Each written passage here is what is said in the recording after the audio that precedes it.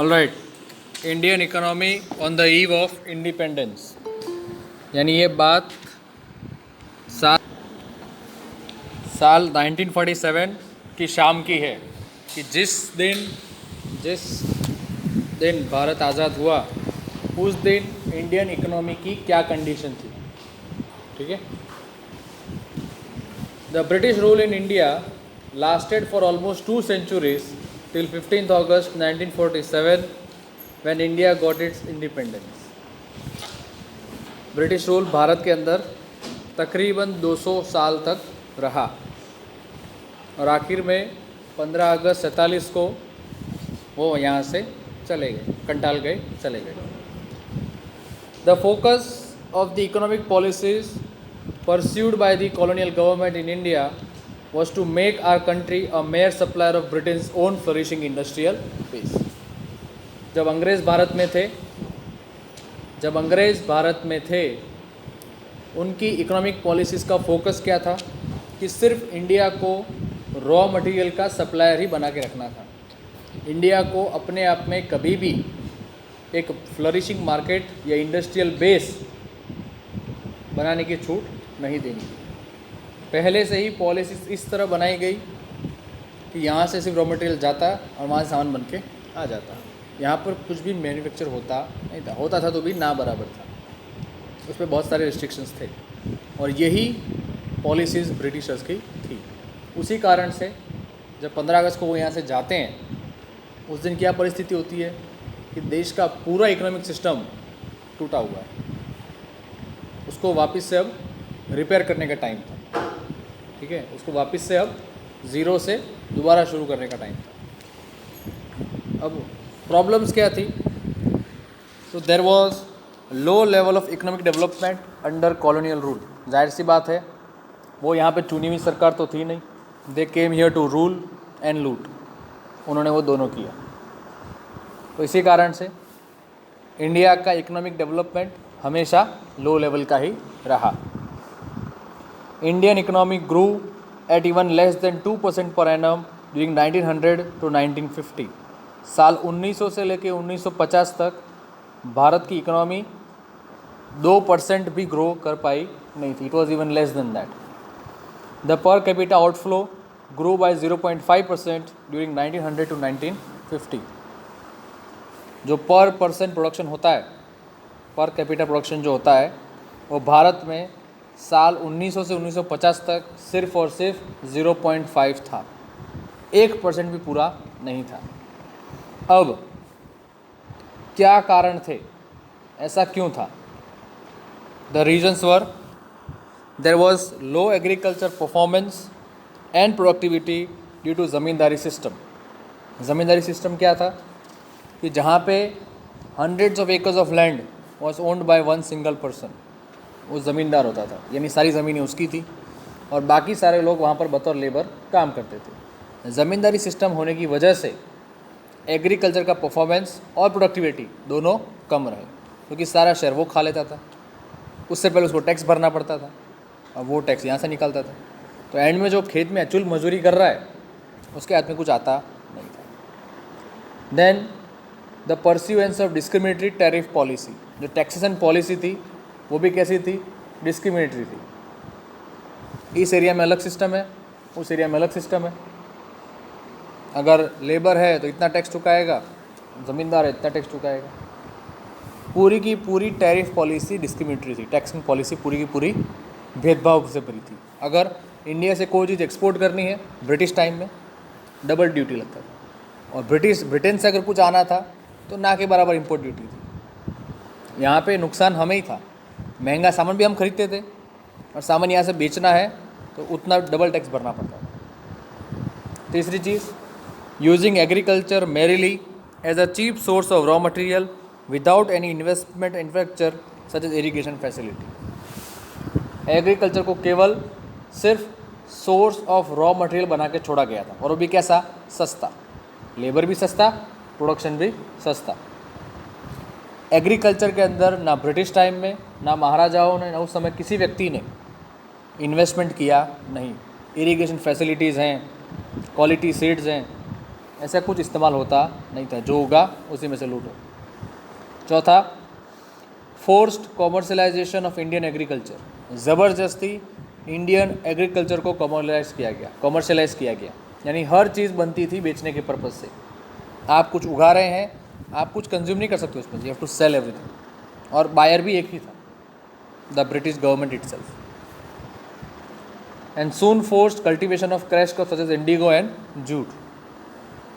जब भी कॉमर्शलाइजेशन होता है, इसका मतलब है कि जिस प्रकार का क्रॉप उगेगा वो भी कैसा होगा, कैश क्रॉप होगा। फूड ग्रेन्स की क्वांटिटी डाउन हो गई। उसी कारण से उस दौरान इंडिया में 2 बड़े फेमाइन आए थे, जिसमें मोर देन 10 मिलियन पीपल मर गए थे भूख के कारण, क्योंकि फूड ग्रेन्स का प्रोडक्शन लगातार गिरता गया, कैश क्रॉप्स का प्रोडक्शन बढ़ता गया। High dependence on the vagaries of monsoon along with frequent famines hampered agriculture growth prospects. याद रहे, पूरा का पूरा एग्रीकल्चर सिस्टम मॉनसून पर ही डिपेंडेंट था।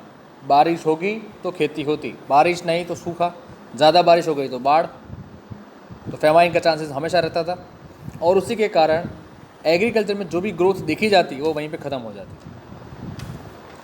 छठा, bleak industrial growth due to lack of investment and initiative. यहाँ तक कि जो इंडस्ट्रीज़ भी थी उनका ग्रोथ भी कैसा था, अंधकार में था। इट वॉज ब्लीक, ग्रोथ ना बराबर ग्रोथ था, क्योंकि ना इन्वेस्टमेंट लाया गया उधर और ना ही किसी ने कोई इनिशिएटिव लिया, क्योंकि उनको कभी लेने दिया गया नहीं। सातवां, ruin of handicrafts and cottage industries due to stiff competition from mechanized British products। याद रहे, उस समय भारत में मशीनें नहीं थी, एवरीथिंग वाज हैंडमेड, और दुनिया में उसकी डिमांड थी, पूरी दुनिया में डिमांड थी उसकी। अब हैंडमेड है तो कॉस्टली भी है, तो उस समय क्या हुआ है, हमारी हैंडीक्राफ्ट और कॉटेज इंडस्ट्री जो घर में ही चलती है, उसको बड़ा झटका कब लगा, जब सामने जो प्रोडक्ट्स आ रहे थे ब्रिटेन से वो सारे कैसे थे, they were all made from machines, सस्ते भी थे, ड्यूरेबल भी थे, तो लोग उसी को ले रहे थे। Restricted foreign trade policy between India and Britain narrowed the scope for Indian exports to other countries. आपको मैंने बताया इंडिया और ब्रिटेन का ट्रेडिशन कैसा था, India was only an exporter of raw material, और सब बायर भी कौन था, एक ही था, ब्रिटेन। और अगर आप कोई फिनिश प्रोडक्ट यहाँ से बाहर भेजना चाहते हैं, टैक्सेस वर वेरी हाई। वहाँ से कुछ आ रहा है सामान ब्रिटेन से, ना के बराबर इंपोर्ट ड्यूटी, यानी सामान फ्री में अंदर आ रहा है, ऐसा कह सकते हैं। सामने वाले का कोई एक्स्ट्रा खर्चा नहीं, सारा फ़ायदा वही ले गए। Drain of India's wealth to Britain trapped India under the vicious circle of poverty and inequality. India का जो सारा वेल्थ था वो कहाँ पर बहाया जा रहा था, ब्रिटेन में। ठीक है, इंडिया का सारा पैसा कहाँ पर गया, ब्रिटेन में। वो तो होते गए, कमाते गए, वो तो उसी लिए आए थे, लेकिन यहाँ पर क्या छोड़ गए, गरीबी और inequality. Then estimate of India's per capita income during colonial rule. India का पर कैपिटल इनकम क्या था, यानी पर व्यक्ति इनकम उस समय कितनी थी। Notable economist who estimated India's per capita income are Dadabhai Naoroji, William Digby, Findlay Shirras, VKRV Rao. He was considered to be the most significant researcher and RC Desai. ये उस समय के इकोनॉमिस्ट थे जिन्होंने उस समय ब्रिटिश टाइम में इंडिया का पर कैपिटा इनकम को अज्यूम किया था या आइडेंटिफाई किया था। अब एग्रीकल्चर सेक्टर की क्या दशा थी, about 85% of population relied on agriculture sector for their livelihood directly और इनडायरेक्टली। आज वो परसेंट अभी 55 के आसपास है, पर उस समय भारत की 85% आबादी खेती पर डायरेक्टली या इनडायरेक्टली डिपेंडेंट थी। The growth of agriculture sector was meagre, यानी ना के बराबर, and it remained stagnant during the colonial period. Agriculture sector का जो ग्रोथ था वो ना बराबर था और वो वहीं पर ही अटक गया, सड़ गया ब्रिटिश टाइम में। Two main reasons responsible for the backwardness of agriculture sector were land settlement system and forceful commercialisation. Land settlement system क्या होता कि अगर if you fail to pay the taxes, your land is gone, बतौर compensation, it could be taken away any time. दूसरा था forceful commercialisation, कि food grains का production कम हो गया और उसके सामने कॉमर्शियल क्रॉप्स उगाने को मजबूर किया। जैसे चंपारण था बिहार में, वहाँ पर फोर्स क्या करने के लिए किया गया? इंडिगो उगाने के लिए। It is used in colour dyes, ठीक है। More focus was made on the commercial products then the agriculture works. Three main land settlement systems prevailed during the colonial rule. They were the zamindari system, mahalwari system and riotwari system. Land settlement की उस समय 3 system थे। सबसे पहला zamindari system. Under this system the zamindars और the owners of land used to collect high taxes known as lagaan from the peasants who were landless labourers to pay to the British government. Zamindar की ज़मीन है, वो ओनर है उस ज़मीन का, वहाँ पे मजदूर काम कर रहे हैं, उनको रेंट पे दे रखी है, जो भी उगाया सब ले लिया, क्योंकि उसको भी सामने उतना देना था वहाँ पर, तो वो भी तो कुछ कमाएगा। he used to collect high taxes from the peasants and then he used to pay from that to the British government। ये था zamindari system. As the zamindars were mainly interested in extracting high revenues from the peasants, so they never took any steps to improve the land productivity। ज़मींदारों का interest किस में था? केवल और केवल बने उतना रेवेन्यू निकालो पीजेंट से। इसी कारण से लैंड प्रोडक्टिविटी को इम्प्रूव करने का कोई भी कदम उठाया गया नहीं था, और इसी कारण से agriculture sector remained backward. Then commercialisation of Indian agriculture. In order to feed the British industries with cheap raw material, the Indian peasants were forced to grow cash crops, चाहे वो इंडिगो हो, कॉटन हो, sugar cane हो, anything that is cash crop, instead of food crops. क्योंकि उसी समय Britain में लगातार इंडस्ट्रीज़ लग रही थी, और वहाँ पर ब्रिटेन आइलैंड है, वहाँ पर कुछ उगना मुश्किल है, सब कुछ उनको बाहर से लाना पड़ता था। तो उनकी जितनी भी कॉलोनीज थी, हर जगह से रॉ मटेरियल वहाँ से निकाल के वहाँ पहुँचाया जा रहा था, ठीक है। This not only increase the burden of high revenue on the poor peasants but also made India vulnerable to face famines due to shortage of food grains, क्योंकि जहाँ जहाँ पर फूड ग्रेन्स उगता था उसको कन्वर्ट कर दिया था कॉमर्शियल में। Indian sector on the eve of independence, industrial sector on the eve of independence.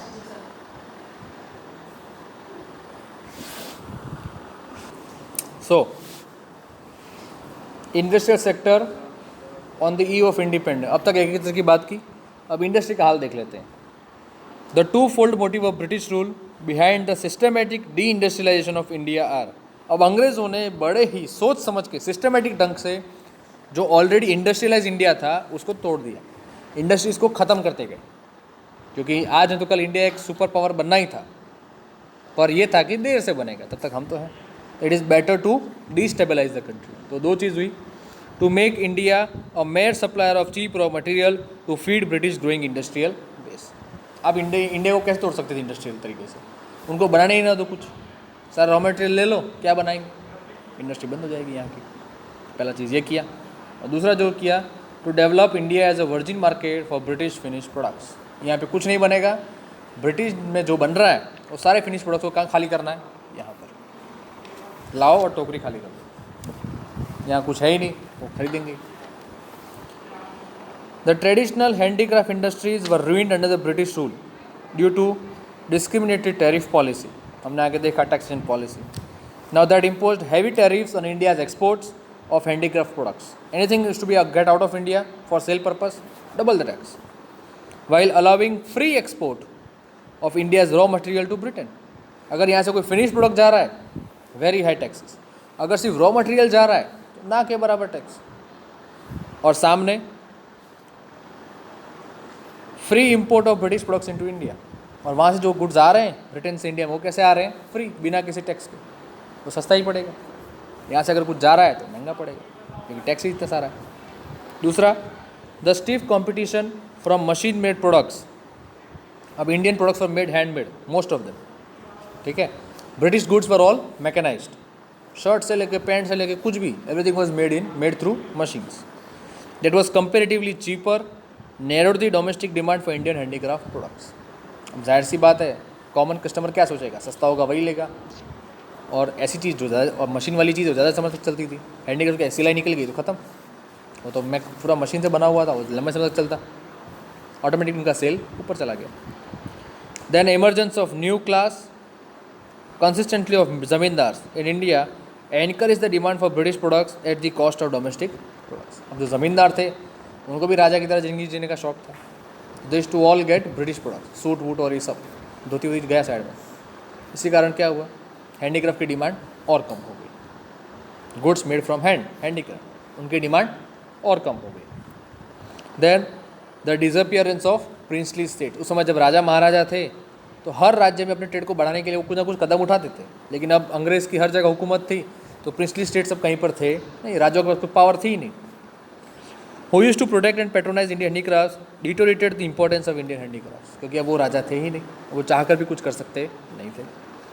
Then the lack of investment initiatives and the unfavourable tariff structure constraint the industrial sector, investment की कमी होना, initiative न लेना और unfavourable tax structure, इन तीन मुख्य वजह से इंडस्ट्रियल सेक्टर पूरा का पूरा बैठ गया और कभी खड़ा हुआ नहीं। उसको खड़ा करते करते 60-70 साल लग गए।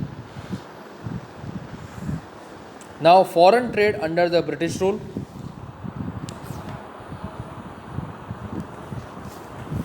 British owned monopoly over India's foreign trade by pursuing a discriminatory tariff policy. हमने देखा कैसे, if you are exporting finished goods from India, high taxes. If you are exporting raw material from India, low taxes. If you are importing something from Britain, very low taxes. तो ये कैसा था, discriminatory policy था। Tariff policy made Indian exports costlier and it's international demand fail drastically. Product costly होगा तो सामने वाला कोई लेगा नहीं, इससे उसकी डिमांड क्या हो गई, बहुत ज़्यादा नीचे आ गई। The export and import transaction were restricted only to India and Britain, यानी इंडिया डील किससे कर सकता था, सिर्फ और सिर्फ ब्रिटेन के साथ, और किसी के साथ वो डील कर सकता नहीं था। India's export basket during the colonial rule comprise mainly primary products. अब इंडिया का जो एक्सपोर्ट का टोकरा था उसमें क्या क्या चीज़ें थी, शुगर, जूट, सिल्क एक्सेट्रा, यही चीज़ों को एक्सपोर्ट किया जाता और इनको बनाया जाता था। And the imports comprised finished consumer goods like cotton, woollen clothes from Britain.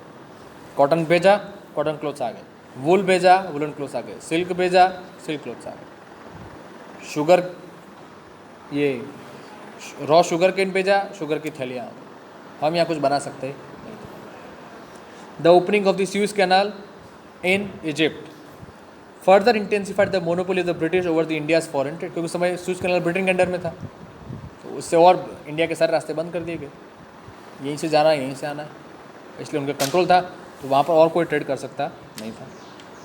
The surplus generated from the foreign trade was used in administrative and war purpose by Britain to spread their colonial power। Foreign trade के कारण जो भी वो पैसा कमाते थे, extra पैसा जो बचता था उसका यूज होता था एडमिनिस्ट्रेशन में और वॉर्स में। वो लगातार एक देश के बाद दूसरे देश को वो कॉन्कर कर रहे थे, ब्रिटिश वही तो कर रहे थे उस समय, leading to the drain of India's wealth to Britain. The demographic condition, उस समय यहाँ की कंडीशन क्या थी, पॉपुलेशन और इन सब की। द फर्स्ट सेंसस या मत जो जनगणना होता है, काउंटिंग ऑफ पीपल, वो पहली बार भारत में हुई थी 1881 में। That revealed the unevenness in India's population growth. Population growth कैसा था, अनइवन था, मेल्स बहुत ज़्यादा, फीमेल्स बहुत कम, बच्चों की संख्या इस कैटेगरी में ज़्यादा, उस कैटेगरी में कम। Till 1921 India witnessed a stagnant growth rate. 1921 तक ग्रोथ रेट कैसा रहा, वही का वही, उसमें कोई बदलाव हुआ नहीं। India was in the first phase of democratic transition till 1921 featured by high birth rate and high death rate. 1921 के बाद क्या हुआ, इंडिया का ग्रोथ रेट थोड़ा फिगर बदल गया, कैसे, बर्थ रेट भी बढ़ गया और सामने डेथ रेट भी बढ़ गया, जबकि 1921 से पहले क्या रहा, it was all stagnant, population में कोई चेंज हुआ नहीं। लेकिन 21 में क्या हुआ, जब ये वापस गणना हुई तब क्या देखा गया कि इंडिया का बर्थ रेट भी बढ़ गया है और डेथ रेट भी बढ़ गया है। The overall mortality rate was very high and the infant mortality rate was quite alarming. याद रहे, उस समय मरने वालों की संख्या बहुत ज़्यादा थी और बच्चों के मरने की संख्या भी काफ़ी ज़्यादा थी, ठीक है। मोर्टालिटी रेट थी 2 लोग मरते थे 1000 में से, और 63 बच्चे मरते थे 1000 में से, 63 पर 1000 एंड 2 पर 1000. The life expectancy rate was as low as 32 years. Life expectancy क्या होता है? ये वो रेट जो पता था कि एवरेज इंडिया में कोई व्यक्ति कितना ज़िंदा रह सकता है. आज वो 60 ईयर प्लस है. उस समय कितना था? सिर्फ 32 ईयर्स. यानी 32 के बाद वो आगे देखेगा ज़िंदगी, यानी वो पता था. या कोई बच्चा जन्मा है, उसकी मैक्सिमम एज कितनी मानी जाती थी? 32. क्योंकि ना हेल्थ सर्विस ना कुछ, भूखमरी के चांसेस बहुत ज़्यादा थे, कभी भी मर सकता था. तो इंडिया में 32 तक जिंदा रह सकता था, उसके बाद का पता नहीं होता था. The occupational structure, it refers to the distribution of population engaged in different occupations such as agriculture, industry and service sectors. Occupational structure क्या दिखाता है कि जो देश की पॉपुलेशन है वो कौन से सेक्टर में कितनी लगी हुई है. एग्रीकल्चर में कितना है, इंडस्ट्री में कितना है और सर्विस सेक्टर में कितने लोग हैं. The occupational structure throughout the British rule showed almost no variation. जब तक अंग्रेज भारत में रहे तब तक इस ऑक्यूपेशनल स्ट्रक्चर में कोई बदलाव देखा गया नहीं. इंडस्ट्री में ना के बराबर लोग हैं, एग्रीकल्चर में 80 से 85% है, सर्विस में 2 से 3%, 5%, इस तरह से बटा हुआ था. और जब तक अंग्रेज रहे ये चीज़ सेम रही. ऑक्यूपेशनल स्ट्रक्चर में कोई चेंज हुआ नहीं. जो लोग जहाँ पर थे, जहाँ काम कर रहे थे, वो वहीं पर ही थे.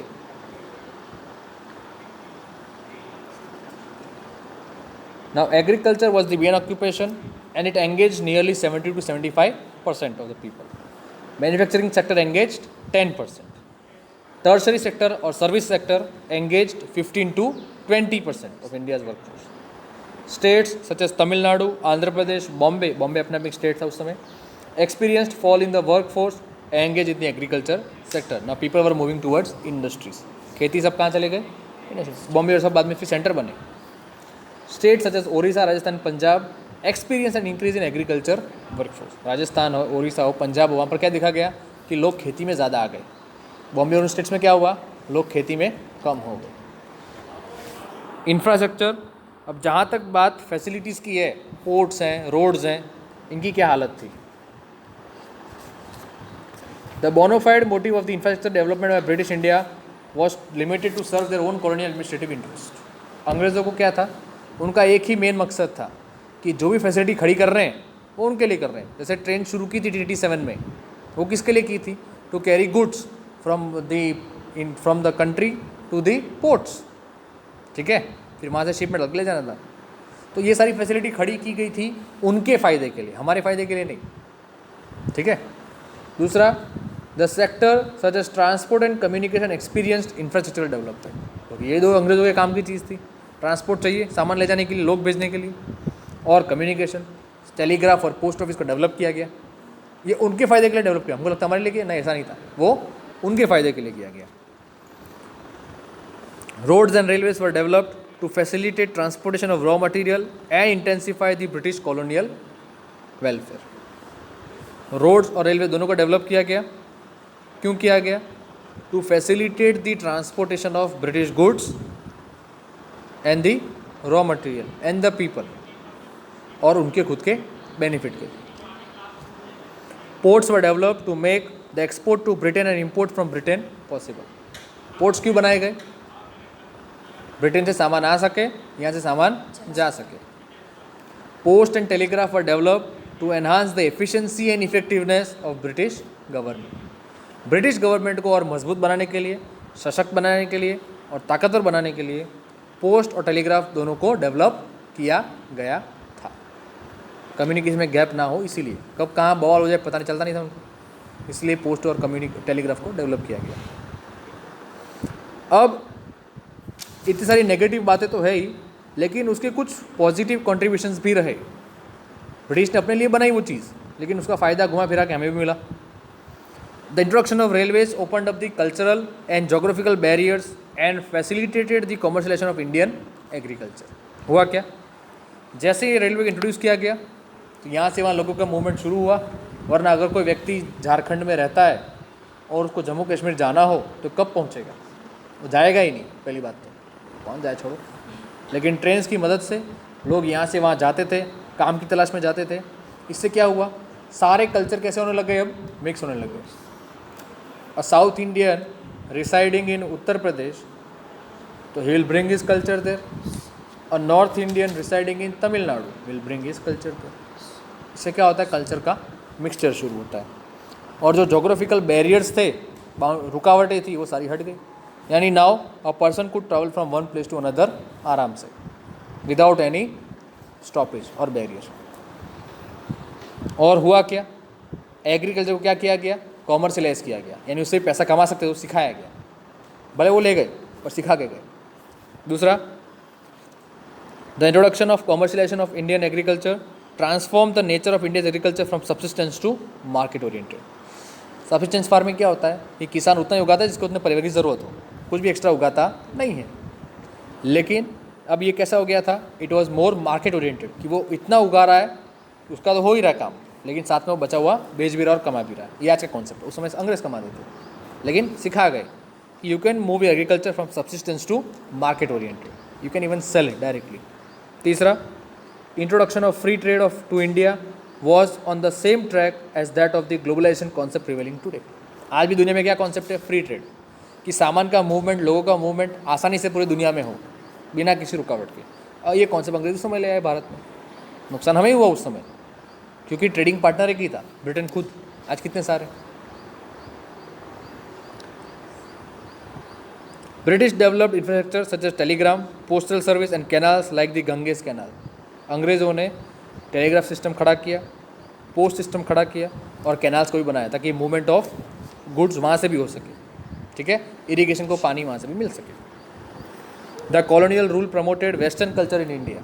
ये पैंट शर्ट सूट ये सब कहाँ से आया, वहाँ से आया। हम तो धोती वाले लोग थे सब। अगर आज अंग्रेज़ नहीं होते, आप धोती में होते हो हैं, तुम सब नीचे बैठे होते साड़ियों में ऐसे। The promotion of English as a language promoted advance westernised form of education.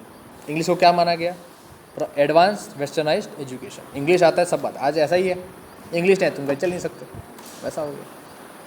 ये तब से वो डाल के गए हमारे अंदर, तो आज तक भुगत हैं उसको। The way and the technique of British administrator act as a role model for the Indian politicians and planners to govern the country in an effective and efficient manner. जो अंग्रेज उस समय चला के गए सिस्टम, उसी सिस्टम को India ने अडॉप्ट किया। बस टाइम टाइम में चेंजेस करते हैं कि हमारे नेता भी उसी प्रकार से चलते हैं, उसको कोई फ़र्क पड़ता है। मतलब आज वो अपने आप में एफिशिएंट और इफेक्टिव दोनों हुए हैं, लेकिन उन पॉलिसीज़ के कारण उनको एक तैयार आउटलाइन मिल गया, उनको उसमें ऐड करना था बस। उनको जीरो से कोई बनाना था नहीं, इट वॉज ऑल प्रिपेयर्ड, उसमें बस चेंजेस करते जाओ और चलाते जाओ। Various social reforms such as the Hindu widows remarriage act of 1856 led to the foundation of to break the shackles of tradition and primitive society. हमारा सोसाइटी कैसा था, भारत का दबा हुआ था और वेरी क्लोज्ड, परंपरा से बंधा हुआ था, हर चीज़ के पीछे कुछ ना कुछ लॉजिक था। लेकिन उसमें उस समय ये भी था ना, जैसे सती सिस्टम था, चाइल्ड मैरिज सिस्टम था, विडो रीमैरिज नहीं हो सकता था, तो अंग्रेजी सारी चीज़ भी लाए। 1856 में क्या रूल आया, हिंदू विडो रीमैरिज एक्ट, कि हिंदू विडो जिसका हस्बैंड मर गया दोबारा शादी कर सकती थी। अब कानून बन गया, ये वो आज तक है कि नहीं। चाइल्ड मैरिज को अबॉलिश कर दिया गया उस समय, तो आज तक अबॉलिश्ड है, ठीक है। सती सिस्टम को बंद करवा दिया गया था उस समय, आज भी बंद है। तो ऐसा कुछ फ़ायदे भी रहे उसके। And here the lesson ends.